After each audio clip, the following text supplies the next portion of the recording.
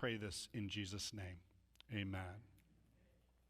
As I had mentioned before, it is one question that I get a lot as a pastor, and that's the question of how are people in the Old Testament saved because Jesus hadn't come on the scene. He hadn't been born, lived, died, and resurrected. And that's what we as maybe we would say New Testament believers, people after Jesus, we look backwards to the cross, we remember it, we know all that he has done, and we have faith that those things happened. So how does someone who is from the Old Testament time, pre-Jesus, how are they saved if Jesus hadn't been there? And the answer to that is the same answer that I'd give on how are we saved. We are saved by faith. Our faith, as I've told people, looks backwards. Was anyone here when Jesus died? Anyone? Anyone? Reg, are you sure? Reg, oh no. Reg is pointing at Robert. No one was here, but we have faith that this event actually took place. For an Old Testament believer, they looked forward in faith. The event had not yet happened, but they are saved in the exact same way. In fact, in the book of Habakkuk, it's actually quoting backwards even more about how the just will live by faith. It talks about how Abraham believed and it was credited to him as righteousness. That quote helps us understand how we are saved, both as New Testament and for those that are pre-Jesus. We believe, we have faith that it happened, and we have trust in that. Now we're going to be talking about faith, which is a dangerous topic to be certain. You could probably write volumes of books on this topic alone and never really exhaust what it means. So as we go through this, as Heather mentioned, this is what a lot of people call the Hall of Faith. This is examples that the pastor, the writer of Hebrews, goes back through the Old Testament and lays out all of these people and how they believed and how they had faith. He starts off by giving us a good definition, which I'm really thankful for, but then he goes on to give examples of it because I think that's what's helpful for us as well. We're going to take note of a couple of instances where he chooses things that are really odd, and yet you're also going to see a very definite pattern emerge. And I'm going to tell you what the pattern is so that you'll see it. Faith causes us to do actions. So if you say you have faith, but there are no accompanying actions to back up that faith, the writer of the book of James, the brother of Jesus, would say, your faith is dead. Now again, this is important. We believe in Pauline theology. Paul made it very important, an important distinction. We are saved by grace through faith. It is a gift of God, not by the actions that we do, so that no one can boast. But then in the very next verse, he says, but we are God's workmanship created in Christ Jesus to do good works. So faith, you are saved by faith outside of works, but your faith will have accompanying works. So this might pinch a little, especially for some people that just say, well, I just believe, but it doesn't matter how I live my life. The writer of the book of Hebrews goes through example after example of people who believed and then gives evidence of that faith by the actions that they do. The other thing that I think is fascinating is how faith ends up being defined a couple of times through here in ways that I found exciting and refreshing. Have you ever been going through a bad part in your life?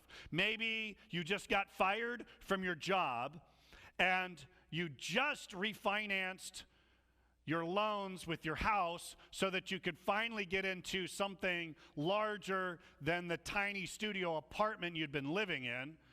And so now you have a massive house payment, and you just found out that both your right and left axles on the front part of your car are damaged and you need to get those fixed. And then you also find out that while you're pulling up on the 57 freeway, that your water pump seizes, causing your timing belt to go out.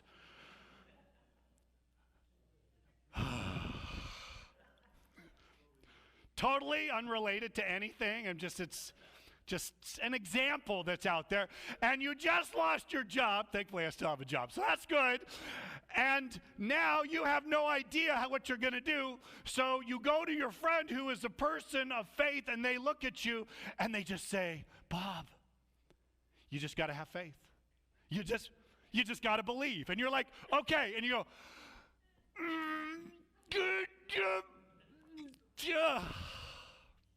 and you wonder, is there something wrong with me?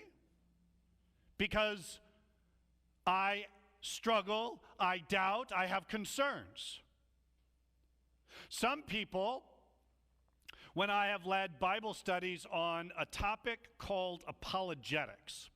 Apologetics is the defense of your faith. It is evidence that is around us that helps us see that Christianity is not a dumb, unreasonable belief system. And every time I do this, inevitably, someone will ask the question, but wait, I thought we were just supposed to have faith and believe. And I challenge the people typically, and I say, yes, but God never said have blind faith. If you believe in something and it's just stupid and ridiculous and has no evidence to back it up, I would challenge that you are believing blindly. If you believe that putting a scrambled egg in your shoe every morning will help prevent you from getting acne,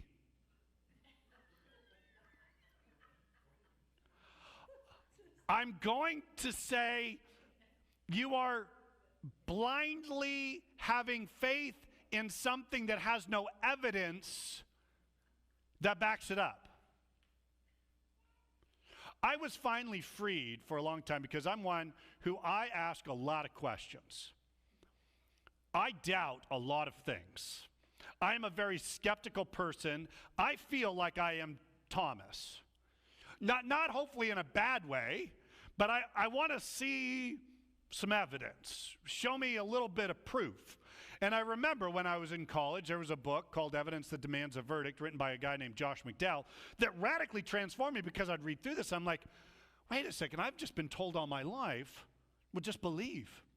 Mark, just have faith. Just believe. It doesn't matter what is out there in the world, just believe. And I'm like, but I have questions, and I struggle with those questions. And I remember when I heard the story of so many people who, especially in college, said, is this thing that I've been raised in called Christianity, is it actually true? And they would go on a hunt. And as they would investigate more and more and more, they would find out that Christianity is a very reasonable and logical faith system. Now, obviously, there are some things that we can't prove beyond a shadow of a doubt. It is hard because we weren't there. But we have the next best thing. We have eyewitness accounts of people who were there. We have written accounts of people who saw Jesus resurrected. So we have something that is reasonable, but at the same time, we still have to have faith.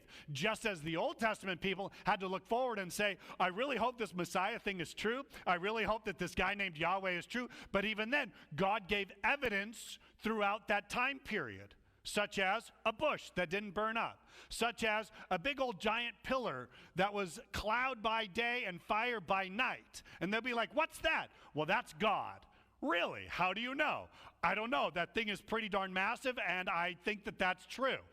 Is God really with us? Well, the Jericho walls came falling down. Well, how do we know that was God? Well, I mean, does any other time you blow a trumpet and something falls over? I mean, it normally doesn't happen. That's God. He said he was going to do it, and it worked. There's evidence that's there so that we don't have to follow God blindly. We have evidence that shows us that God is true, and that there are going to be times in your life when you are going to struggle. Maybe it's financially, maybe it's relationally, maybe it's just you're getting older and you're looking back and you're wondering about all the regrets you have in your life, and you stop and think, what is true and what is right and what do I have faith in?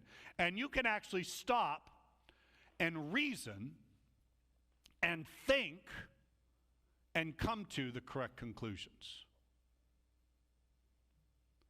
Whenever I struggle with things like, is the Old Testament really true? I turn to Jesus. What did Jesus say about the Old Testament? Gave it a big thumbs up. 10 out of 10, definitely recommend. What do I do when I think that maybe the New Testament writers were just biased and that maybe there wasn't ever a guy named Jesus and it was all just a conspiracy theory? Then I turn to other writers in that time period who wrote about a guy named Jesus, and we can actually reconstruct a lot of what happened in Jesus' life based on extra biblical accounts. But what do I do every time? I don't sit there and go, you know what, that's a really good question. I think I'm just going to trust. I think I'm just going to have faith. I'm just going to... No, I go back and I reason. Whenever I think, are my finances actually going to be enough? You know what I often do? I just say, well, how have things gone in my life up until now? I have faced much worse, and God has always seen me through. So then I reason and I think and I go, ergo, I trust in this, not blindly, but because there is evidence that backs it up. So hopefully for you, you're going to see that faith is not something that is just an exercise of the will, but it's an exercise of the mind and reason. It actually uses the word reason showing up here. It's going to be fantastic. And then it's going to tell you that if your life bears no fruit or evidence to faith, you may want to reconsider what your faith is. And that if your faith actually affects Monday through Saturday, then your faith is good. Your faith is active. It does things. All right, so let's go through this. So he starts off with this really cool definition where he says, now faith is being sure of what we hope for and certain of what we do not see. This is what the ancients were commended for. So we are sure, we have hope and certainty of things that we did not see, correct? Did anyone, like I said, no one here saw Jesus on the cross, except for Robert. Everyone else, we have faith in this, right? And we do this all the time, correct? Who here believes you have a brain? Have you seen your brain? Well, yes. You have. You've actually... Well, because there's MRI. Well, there are, but that's fake. That's not your brain. That is a picture of your brain. Next, you're going to tell me that Sasquatch is real. Yes, Joshua's here. He is real. It's been Yeti sightings all the time. Yeah, you've never seen your brain. You may have seen pictures of your brain, but you've never actually seen your brain. Who here believes that love exists? Love. Well, so you've seen love? You've seen evidence of love. How about wind? Anyone here seen any wind? No, you haven't seen wind.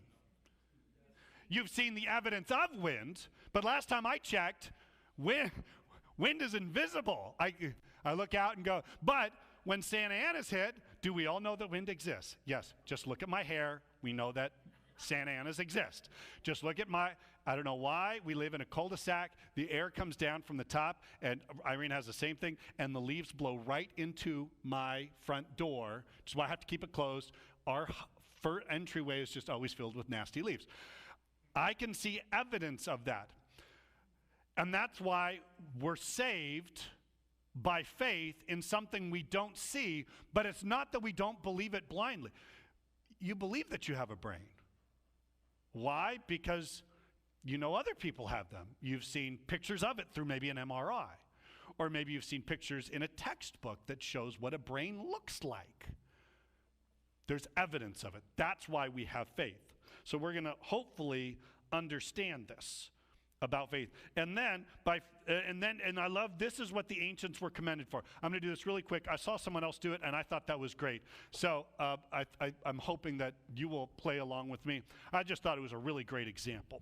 So now just pretend something for me. All right. If I asked you, is there a stool behind me, what would your answer be? I don't believe you. Well, I can't see it. Really, there's a stool behind me. You're sure? I can't, 100%, I can't see it though. But what I can do, and this is what I think the reason why we are in community and why the writer of Hebrews is about to go through this extremely long laundry list of people, is that we have this wonderful thing called the collective faith. We can trust because others have also trusted. So you mean even though I am having a struggle in life, even though I can't see it, you can help me because you have experience, you have seen the stool. Yes, Joshua, you got a question? I want to give another example. Black holes, for the longest time, we didn't know, we never saw them because they absorb light, but we saw how they affected. Black holes are another thing. We're like, has anyone seen I've never seen a black hole, but we know they exist because there's evidence of that. So let's see if we could do this thing. Oh, I'm not going to say that. That's bad. That's bad. That's bad. Everyone in the back is like, what did she say? What did she say? You'll have to come ask her privately so that, yeah. Okay, so help me out. So can you help give me faith as a collective group to trust that there's a stool behind me? Okay.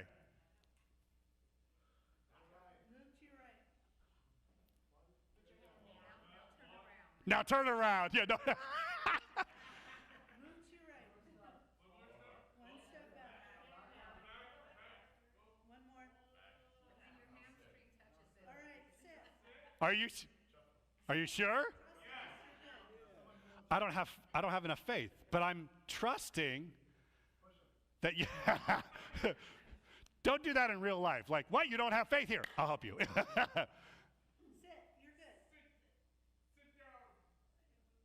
Ah, that's faith. I had faith that there was a stool behind me even though I could not see it, and I trusted in the community around me that would help me when I struggle. Who here has struggled with their faith? If you're not raising your hand, I don't think you have real faith then. Because everyone, I truly believe this, everyone struggles with their faith in one way or another. There's going to be a time in your life when you're like, I just don't know.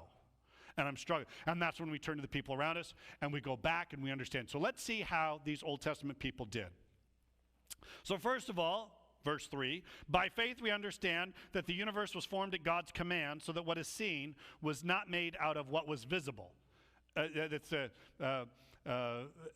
of nothing, that God created what we would say ex nihilo, out of nothing.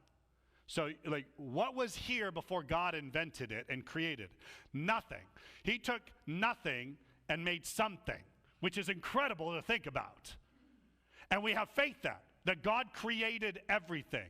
Was anyone here at the time of creation, other than Robert?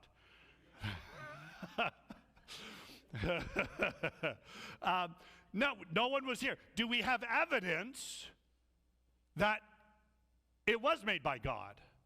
Yet there is evidence all around us. Now again, I know this is where it becomes difficult because sometimes we say, but there are competing viewpoints on this. Well, that's again where we have to say, what do we trust in? Where do we go to? How can we understand this better? And the writer of Hebrews is saying, look, I believe God created everything. Now, if you want to get into a discussion with me about is a day, I'd be happy to do that. And I'm one of those weirdos that does believe that God created everything in 6 days. And they're like, how is that possible? And I'm thinking, how come it took him so long?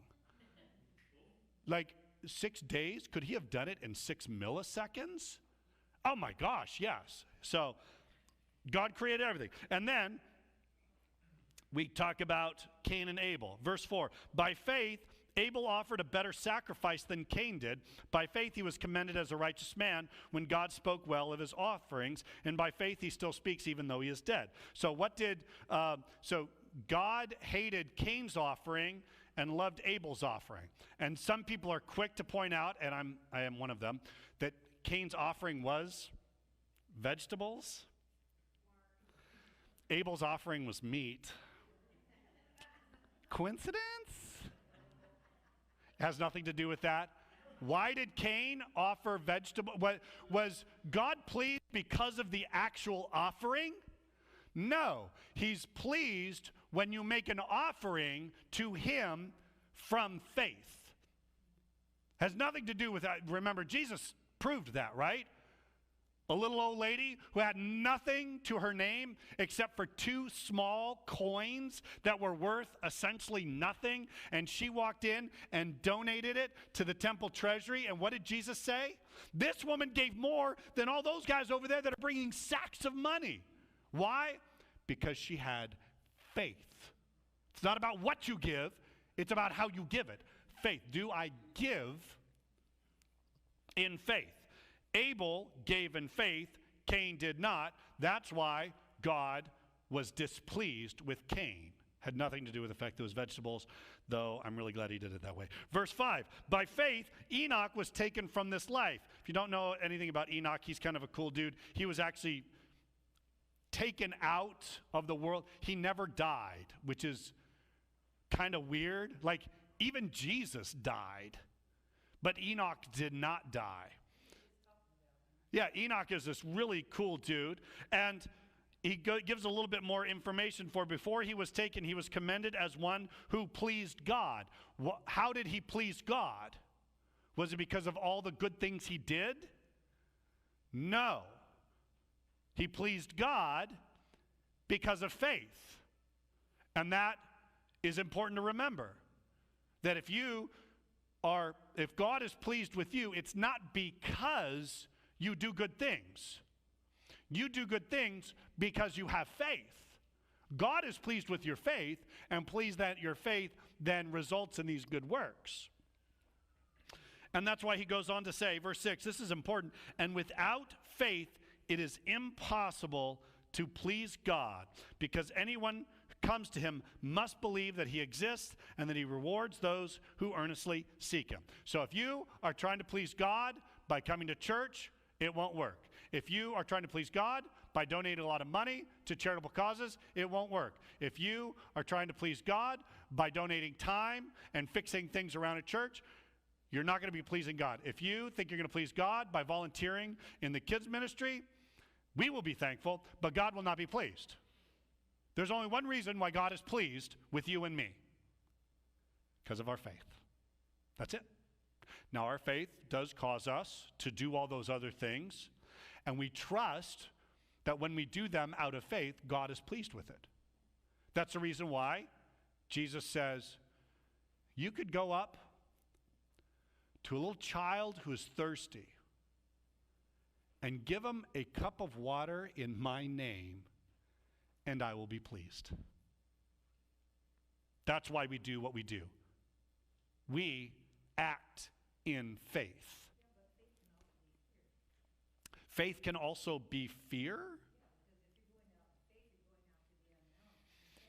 Okay, yeah, and maybe I wouldn't call it fear, but I would actually call it what they called it with Thomas, doubt.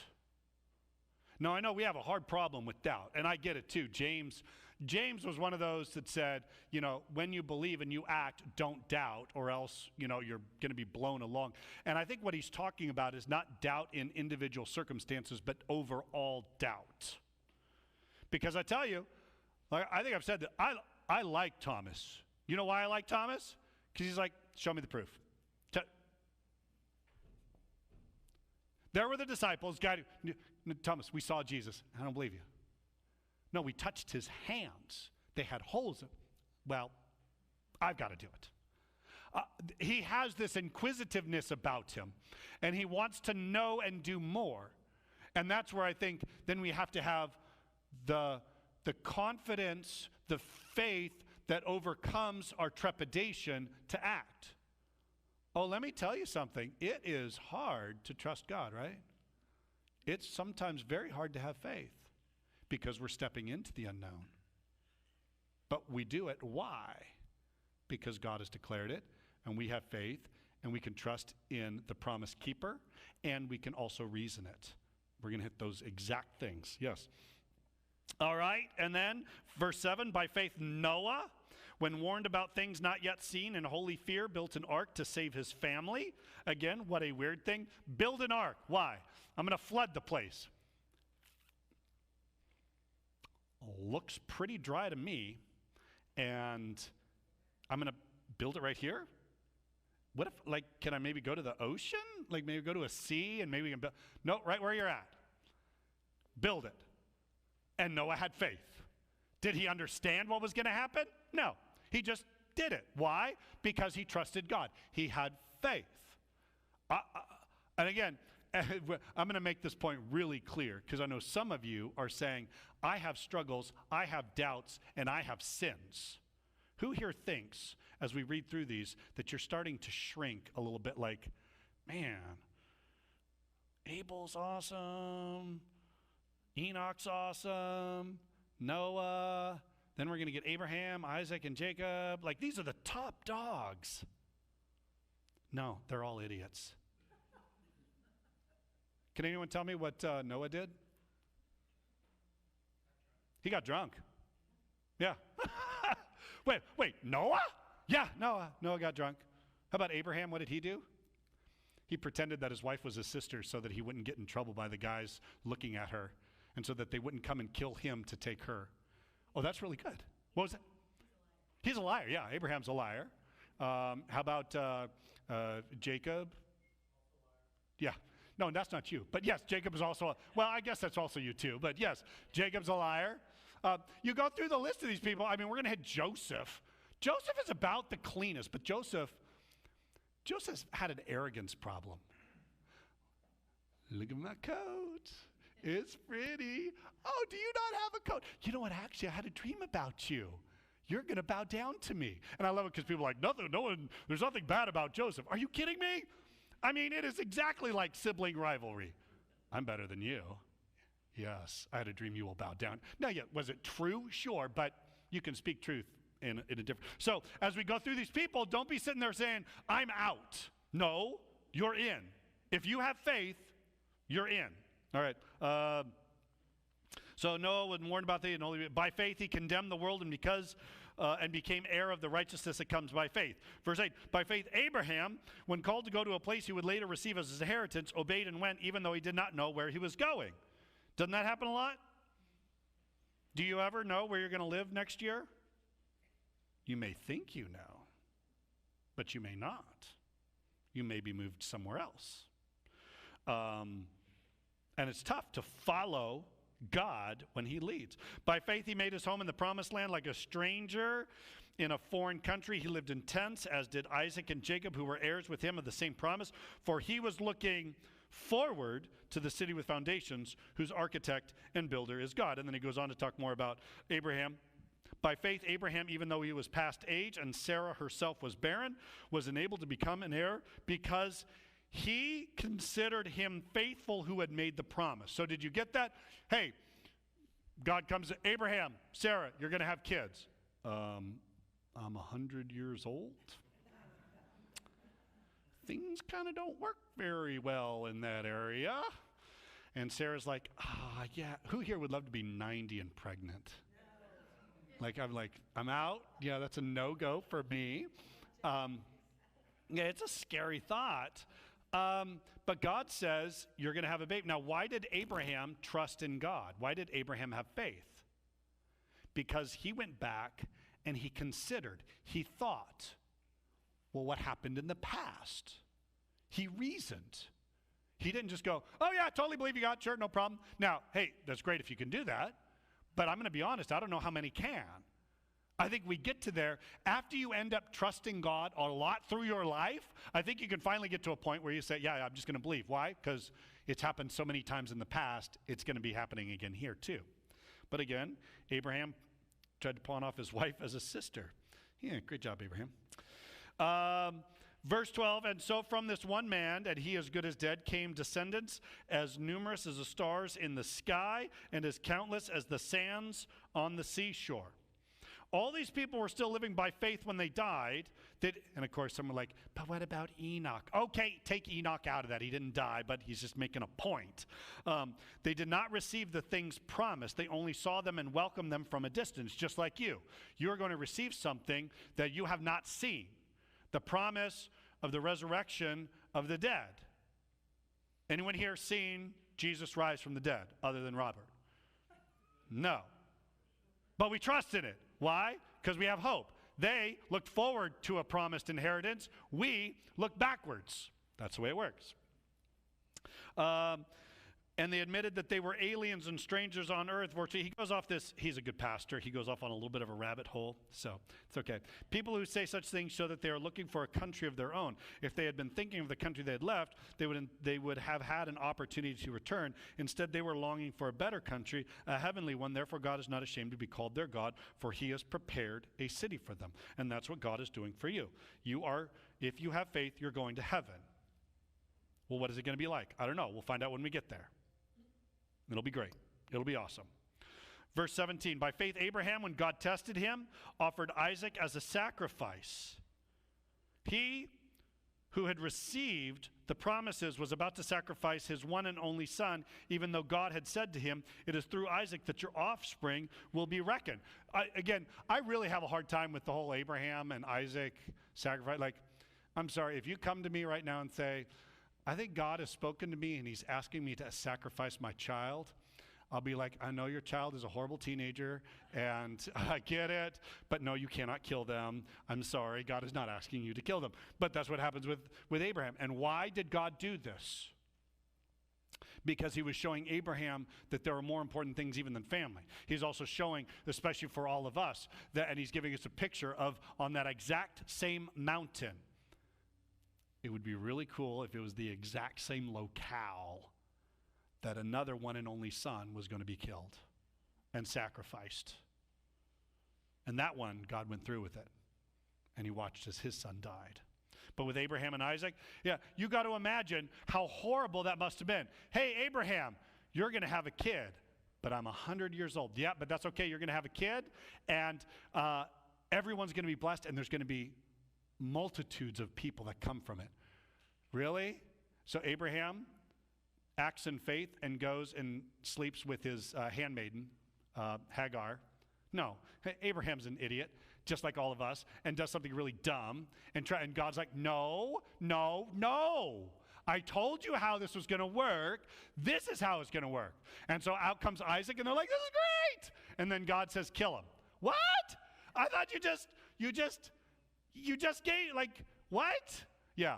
And again, Isaac must have been a cool dude because people think like Isaac was like 8 years old. No, Isaac was probably more like 17, 18 years old when this happened. I mean, could you imagine? Hey, Joshua, we're going to take a trip. Hey, carry this wood for me.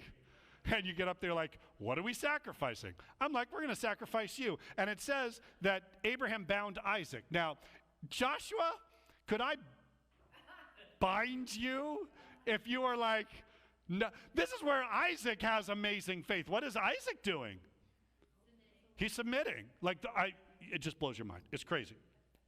Now, why did he do that? Verse 19, Abraham reasoned. He said, God, you've got a problem.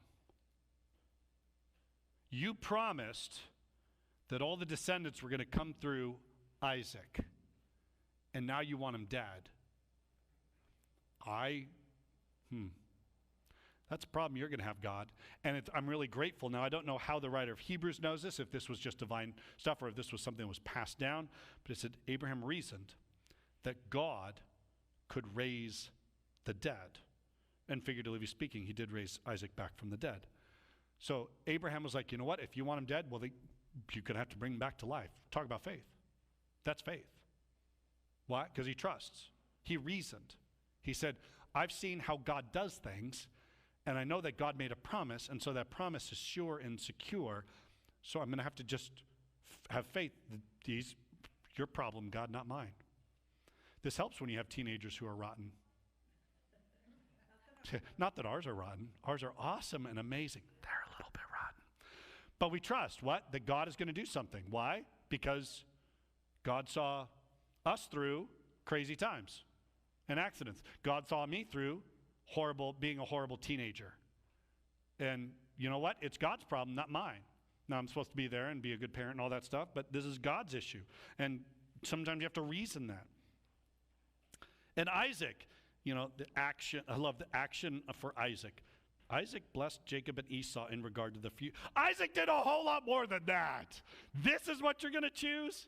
Oh my gosh. Oh. And then, of course, you've got Jacob. Like, how often did Jacob have faith? All over the place. Now, did Jacob have problems? Yeah, he was kind of a weasel, and he was kind of sly, and he did things poorly. But let me tell you, he had faith. He wrestled with God. It was crazy. And it is funny because I think he actually hints at this. By faith, Jacob, when he was dying, blessed each one of Joseph's sons and worshiped as he leaned on top of the staff. Why is it talking about leaning on top of his staff? Because he had a hip problem. Why did he have a hip problem? Because he wrestled with God. And let me tell you, I'm sure everywhere he walked, he was constantly reminded, is there a God? Oh, yes, indeed. And I've got the scars to prove it. And as he's leaning on top of his staff, he's blessing. By faith, Joseph, now again, Joseph did a lot of great things. He interpreted dreams. He got away from Potiphar's wife. He avoided sexual confrontation. He did a lot of great stuff. But when his end was near, spoke about the exodus of the Israelites from Egypt and gave instructions about his bones. Well, that's boring. No, he had faith about the future. He had faith that Egypt was not the ending spot for the Israelite nation. Well, how did he know? He trusted because God said it. And he trusted in that. By faith, Moses' parents hid him for 3 months after he was born because they saw he was no ordinary child. I don't know how they knew that. Like, did he have a halo or something like that? Or, you know, he walked when he was 3 months old. I'm not too sure how they knew that. But they were not afraid of the king's edict. And by faith, Moses, when he had grown up, refused to be known as the son of Pharaoh's daughter. He chose to be mistreated along with the people of God rather to enjoy the pleasures of sin for a short time. He regarded disgrace for the sake of Christ as of greater value than the treasures of Egypt because he was looking ahead to his reward. Moses could have grown up as a spoiled, rotten person. He had there was Pharaoh's daughter that raised him. He had all of the pleasures of the king, but he said, I reject all of this stuff for worldly stuff because my identity is more important. As we sang, who am I? I am who God says I am. It's not what the world says.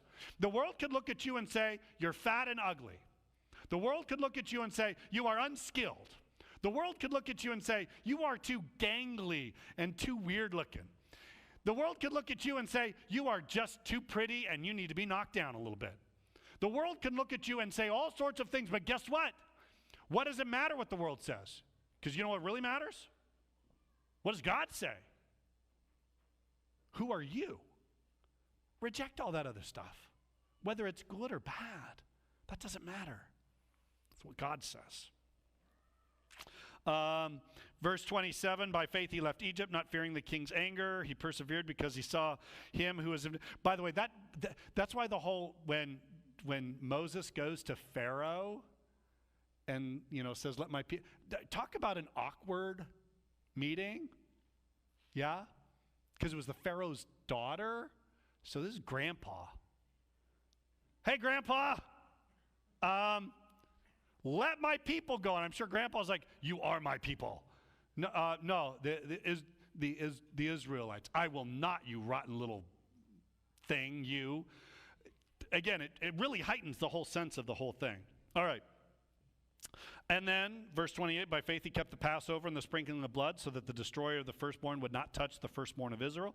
Again, putting blood on the doorpost, how is that going to save you? Well, it's not the fact that it was blood on the doorpost. It was the act of submission. It was the act of trusting that what God said is actually true. And now you could have said, you know what? Yeah, you know what? I think you're right. Putting blood on the doorpost, that will save you.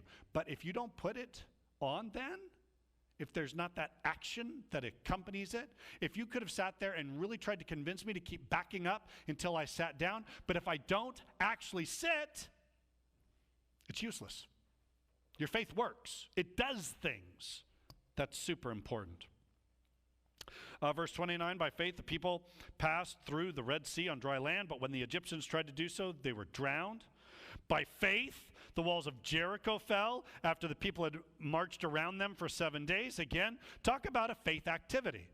March around this for 7 days, and on the 7th day, march around it 7 times, and then blow your trumps so the walls will come down. God, I think a battering ram might work better in this situation. And God's like, trust me. And I bet what they did was they reasoned. I mean, has he been with us so far? Have we seen the evidence of all of the stuff that God has done? Yeah. Now, were the Israelites perfect? No, they're stupid, just like you and me. They made tons of mistakes. As someone had mentioned to me, they're like, I don't understand how we go from Joshua to Judges, and it goes so badly. Joshua, they take over the land, this is great, and then in Judges, and everyone sinned and did what was evil in the eyes of the Lord. Like, how is that possible? I go, I know, isn't that crazy? And aren't we the same way? Who here sins? Why do you sin? Have you not seen the power of God? And then I can lecture you for a while, but the problem is I'd just be lecturing myself. Why don't I trust more? Why don't I have more faith? Why don't I live my life perfectly? Because it's a reminder that I rely solely and completely on God alone.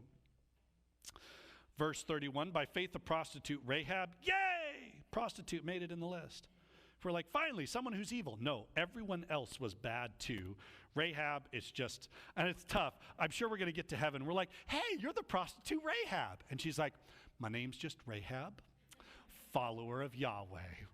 Okay? Don't keep calling me the prostitute Rahab, right? Could you imagine that for eternity? Like, Rahab, thank you very much. And then I love it. And what more shall I say? And everyone's like, no, please stop the sermon. I do not have time to tell you about Gideon, President Obama. Yeah, Brock. Yeah, good old Brock. Samson. And I'm listening to this list like, these people are dumb. Samson, the guy that doesn't know how to deal with women, like he's a sucker for a good face. Gideon, the guy who doesn't really trust in God, but went ahead and took a chance and defeated an entire army with 300 guys and some broken glass and some candles. Barak, who trusted in a female to tell him what to do. Samson, who at the end still was, God, give me one more chance to bring glory to myself. Oh my gosh, you narcissist. I love it. Yeah. And then, of course, Jephthah. Man, dude, why? Oh, wait, did I? Yeah. Jephthah. Jephthah. Do y'all remember Jephthah? Who's Jephthah? Yeah, he was the one that, he was like, hey, God, give me victory in this, and when I get back to the house, I will sacrifice the first thing that comes out of my house. Like, why that? Just say you're going to sacrifice a cow, dude. Just like, it's real. Why the first? And I think that maybe Jephthah's mother-in-law lived there, and he was like, I'm really hoping that. And then, of course, his daughter comes out. And she's like, And you know what Jephthah's daughter says? Well, you made a vow, you made a vow. Like, who has faith there? Like, why not say Jephthah's daughter? Not Jephthah, he's an idiot. But Jephthah still had faith and trusted in God. And even though he's an idiot, he's still saved. That's why we all have hope. Don't discount yourself. This is the worst list known to mankind. David. How did David do? Oh, please, man, we cannot go through all of David's sin. David, yeah, we don't have all day.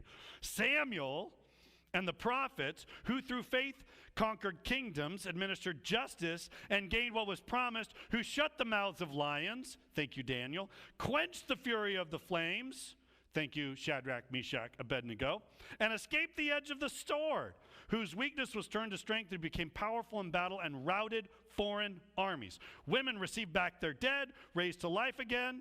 What a wonderful thing. And you might be thinking, oh, so when I have faith, everything's going to be great.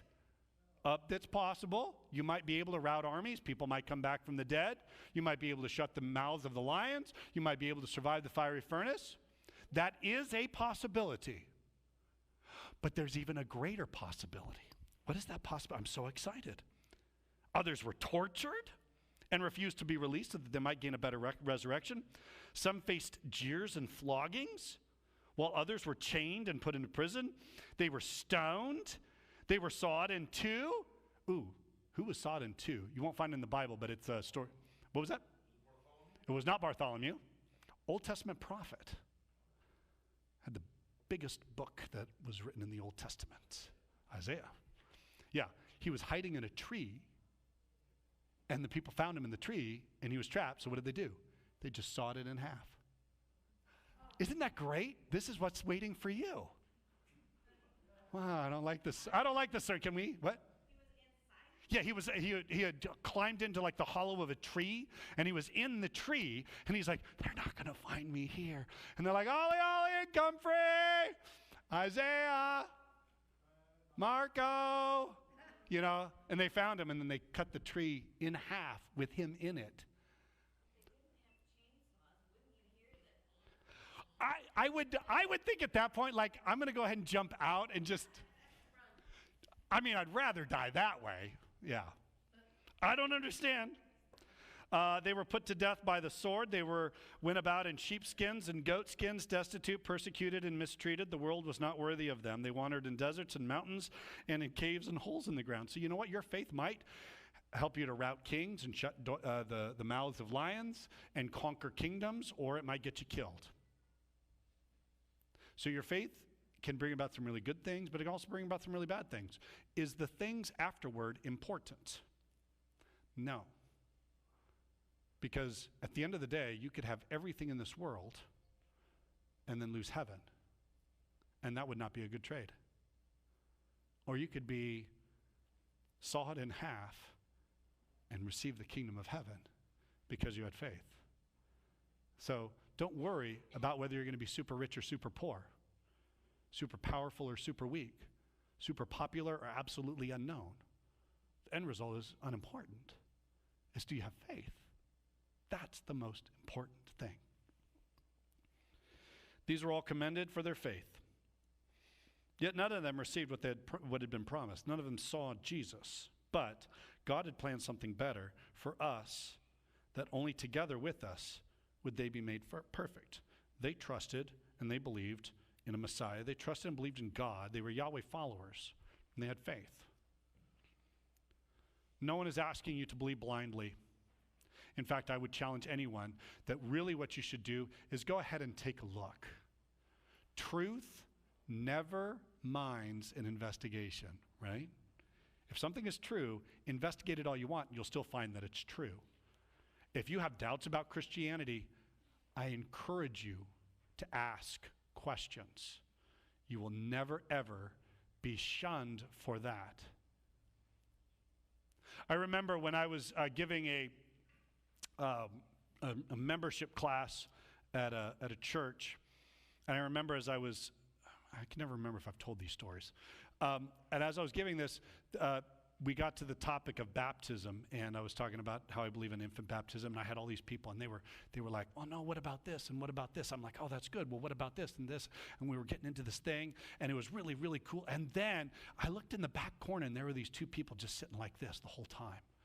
And so afterwards, I went up to them. I'm like, hey, you know, is everything okay? Blah, blah, blah. And they're like, yeah, we were told as Catholics, you don't question the priest. And I'm like, guess what? I'm not Catholic, and I'm wrong a lot, and question it all you want. Question your faith. Question it. Doubt it. Struggle with it. Wrestle with it. Break it in. And then use it. Like, don't just be like, oh, what a shiny, wonderful sword I have. No. Your sword should be bloodied with all of the examples that you try to live your life. You should be out there using it. Don't come to God and say, God, I kept your faith pristine and perfect. He wants to see a well-used, well-worn, crazy life lived for him, trusting in him, made with lots of mistakes, but always trusting that God loves me and that I have faith in that.